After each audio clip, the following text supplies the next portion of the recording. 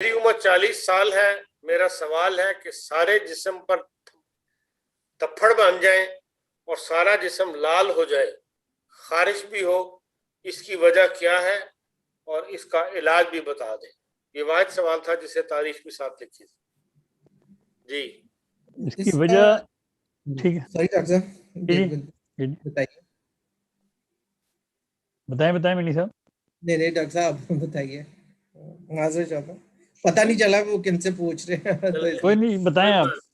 जी, इसमें यह होता है कि जब भी इसको अर्टिकेरिया कहते हैं, ये सुर्ख रंग के दाद निकल आती है, जिस्म के ऊपर निकल आती है, इसका ब्लड से ताल्लुक होता है और ब्लड को स्किन में साफ करने का निज़ाम जो है वो किडनी के पास होता है।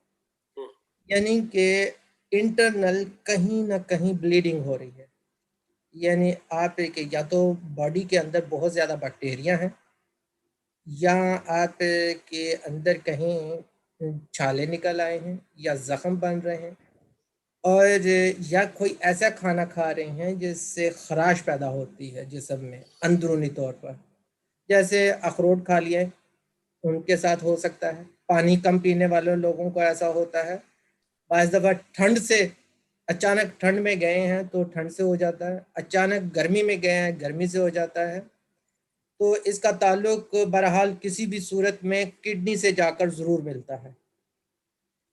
जो अगर इसको पोटेंसी में दवाई लेनी है, मैं बताता हूँ, फिर डॉक्टर साहब भी इसकी रोशनी डाल दें, बेशक किसी का और मेरा ध्यान शायद ना हो उस तरफ। को इसमें पोटेंसी की सूरत में सबसे ज़्यादा ये है कि फास्फोरस जो दवाई है जो सुर्ख दानों से ताल्लुक़ रखती है वो फास्फोरस है।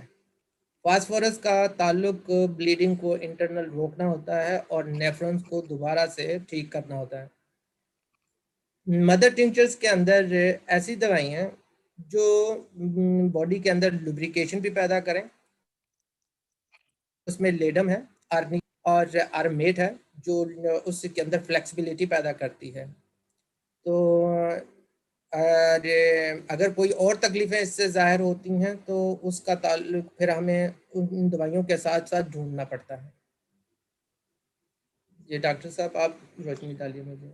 हाँ जी, वो बात आपकी दुरुस्त है, ये अर्टिकेरिया है। तो इसके लिए अगर ज़्यादा सारे जिस्म पे अगर थप्पड़ बन जाते हो तो इनको लेना चाहिए सबसे पहले तो एपिस 200 में, उसके बाद हिस्टामाइन 200 में, और अर्टिका यूरनस मतलब टिंचर में।